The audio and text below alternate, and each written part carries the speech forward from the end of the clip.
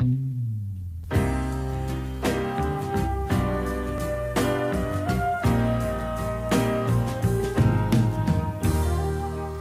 we think about who we are, if we think about who we are, because generally we don't give it a second thought. It's an obvious thing, it's the most common thing. We don't reflect on the fact that we are who we are. We know who we are. And we think who we are is the image that we see when we look in the mirror. When we look in the mirror, the image that is reflected to us is us. We know that for a fact. We believe that this is what's real, that I am the one in the mirror, that I'm separate from everything that surrounds me, that I'm a unique shape that has boundaries, that is the body, my body, and this is who I am, this is only who I am. I mean that when we think about who we are, we limit ourselves to this image. This is who we are. The only thing that is really us. All the other things are different than me, than I. They are located in different places around me, and they have a different essence. When we look in the mirror, we think, this is who I am, this is how I look like, I am separate from the world, I am a unique shape. This is true, you are a unique shape, but this unique shape is connected in its shape to the other shapes. It's like a great big puzzle that all the shapes together create one beautiful shape. And we are only one piece of this puzzle, one very limited piece. And we think that small piece is the entire self. When I say that we perceive ourselves as different from all the phenomena around us, I state the obvious. I say what 99% of the population of the world will say, because they know that through self-knowledge, through the experience. We are so connected to the eye, to the image in the mirror, because we can't help ourselves. We were born into a very limited perspective. Our eyes give us the view of what we can perceive. We know how big we are only by comparing ourselves to the other shapes. So we feel that we are who we are because we identify with our body. It's the only thing we can identify with because we are being born to this body, to this shape. We believe the body, and we get constant reinforcement to this perception because all the mechanisms around us are persuading us that it's true. Because if we feel pain, who feels the pain? This is a wonderful mechanism that is designed to get us to be in touch with our body, to identify with the body. Pain, emotions. Emotions are a very powerful mechanism that is designed to make us identify with the image. Our thoughts are also an instrument to persuade us that they belong to a specific entity that is us. The I is surrounded by countless mechanisms and features that create a wonderful creation that is us. And we can't fight against so much clear, undisputed truth. We can't fight this perception. We have to believe it. Because we think this is what we know. And knowing yourself is the most powerful power that you can perceive the world through, only through direct knowledge.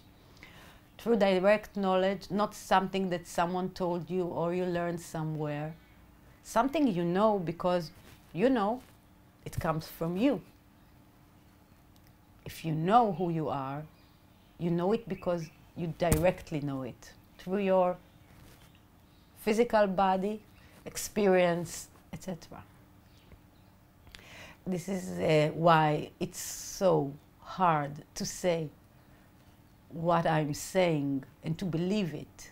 Because when I am saying that the image that is reflected in the mirror is not the real I, that the real I is basically the all-nothingness that is supreme, silent, unmoving, powerful essence that cannot be named, cannot be described, that this is who we are. When I say that, the person that listening to me has no direct experience in knowing that. He can't know that because he's not experiencing that state. And he is experiencing the state of separateness. This is what he knows. This is the direct knowledge. The shift that happens when you lose that identity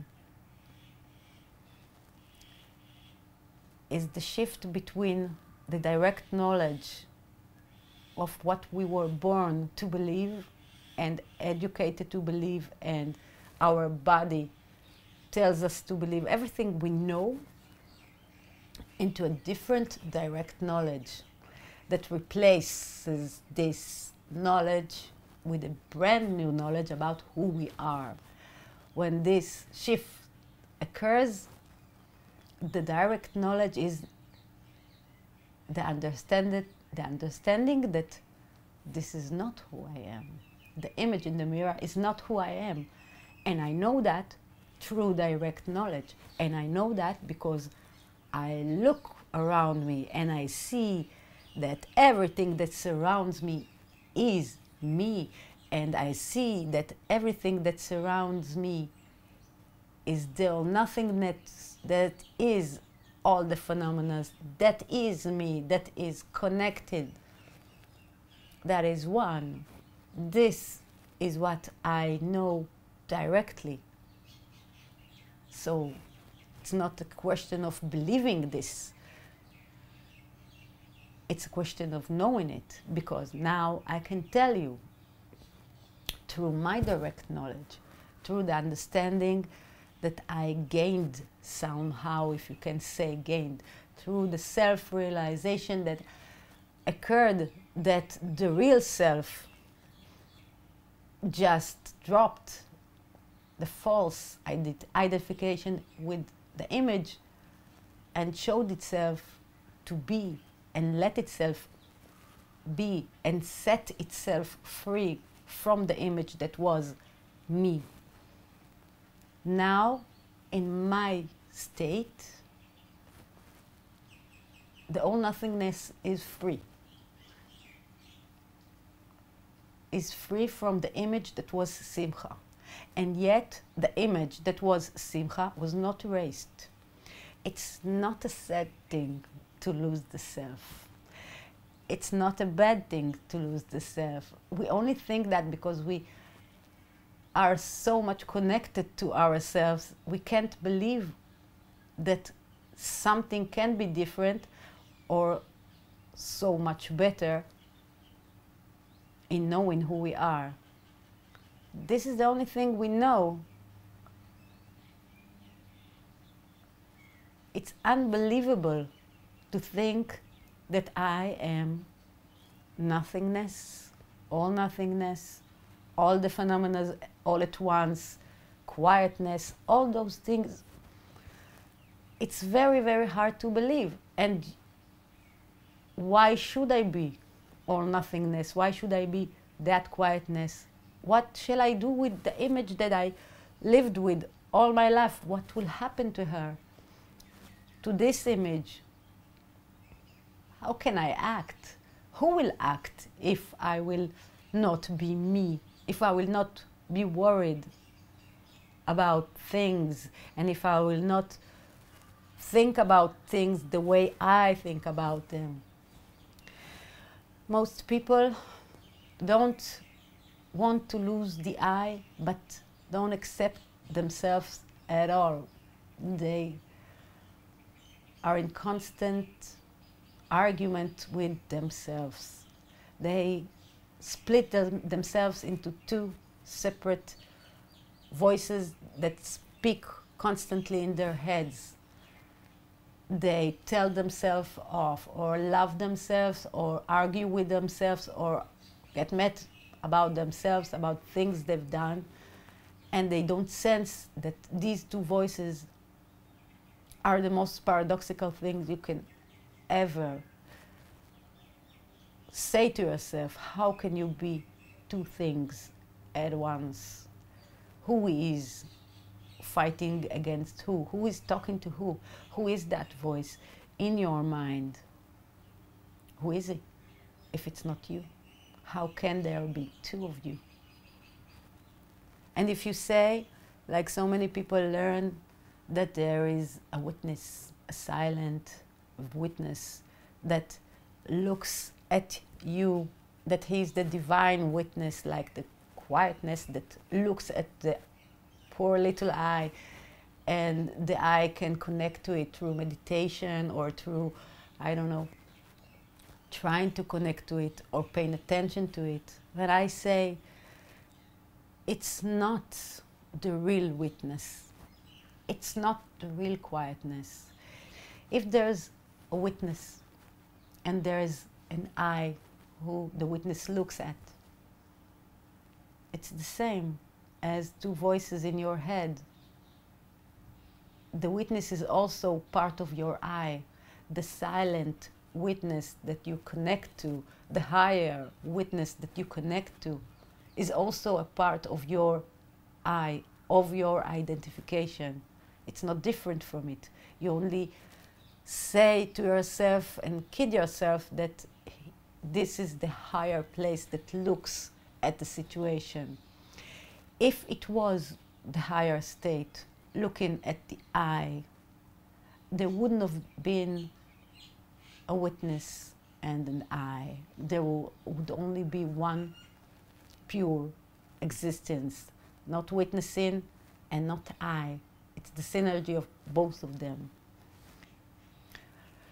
Looking at the mirror will show you everything you need to know about all the secrets you always wanted to know.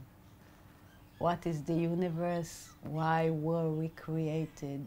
And all the answers to the all mysteries of all times.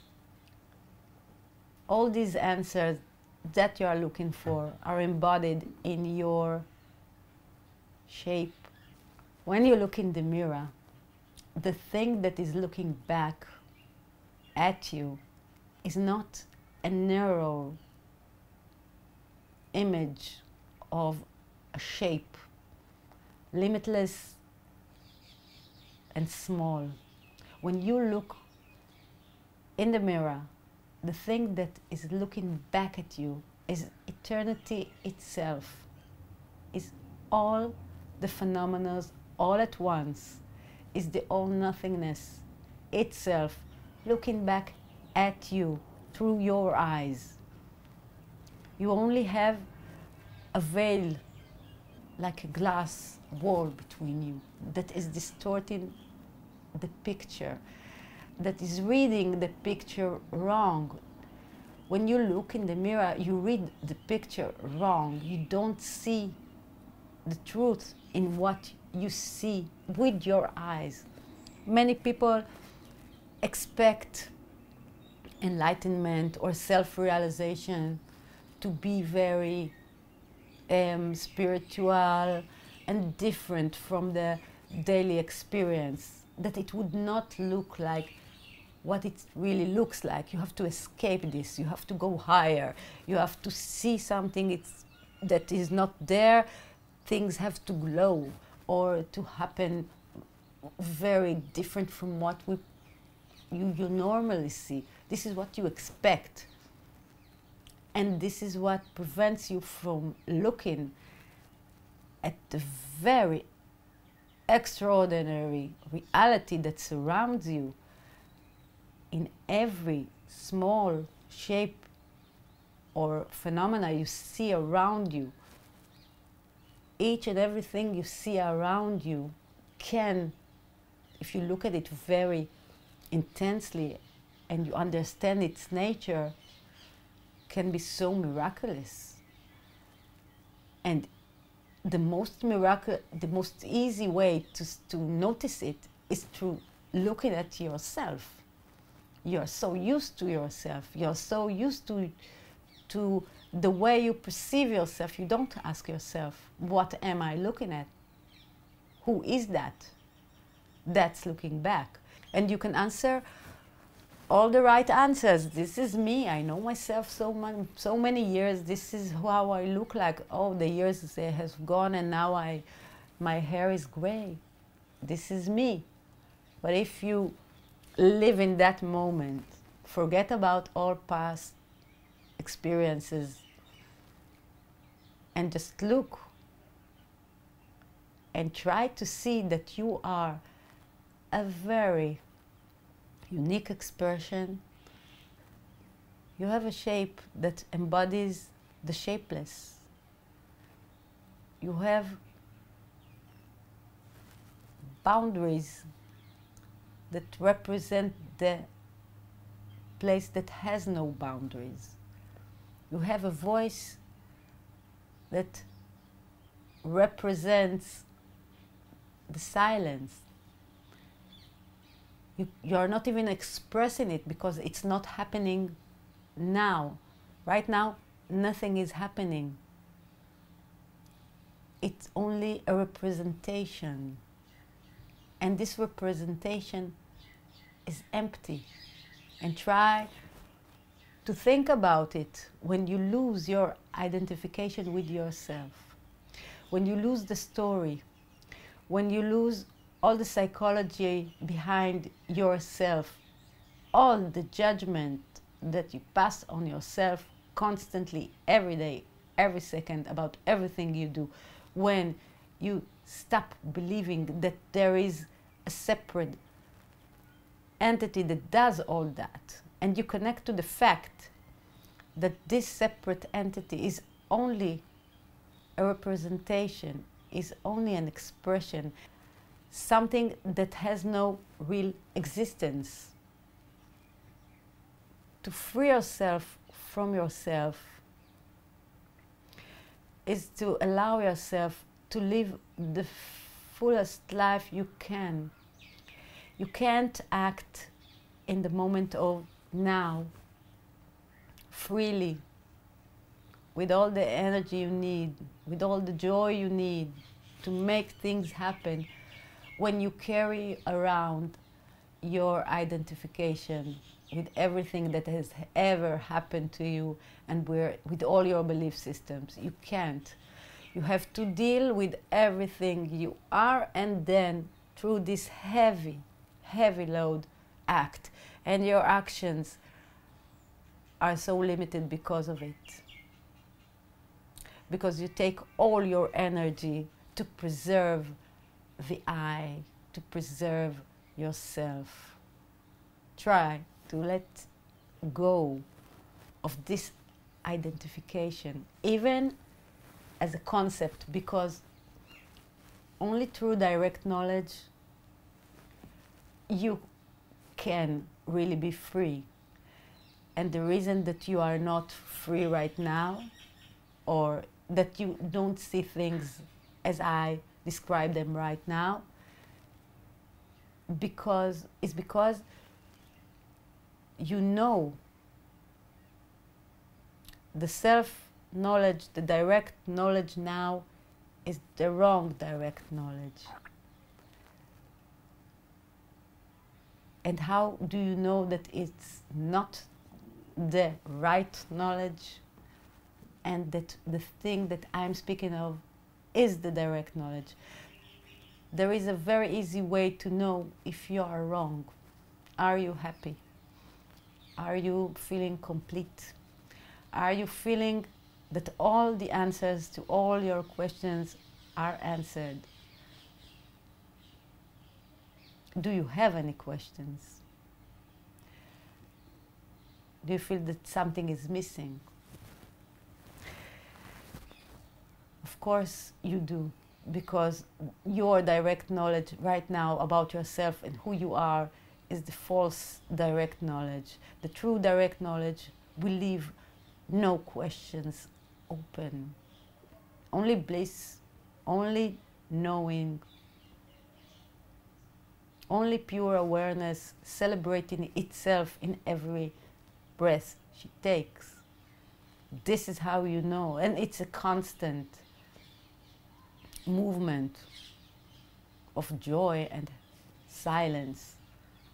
And you know, when you wake up from a dream, you don't have to convince yourself that you are not dreaming. You instantly know what is real and what was a dream. It's so obvious. This is what it feels like when you know really who you are. Nothing bad will happen to you if you lose your false identification with yourself. You're not killing yourself. I did not kill Simcha. Here she is. She's sitting here. She's better than ever she was ever in her entire life.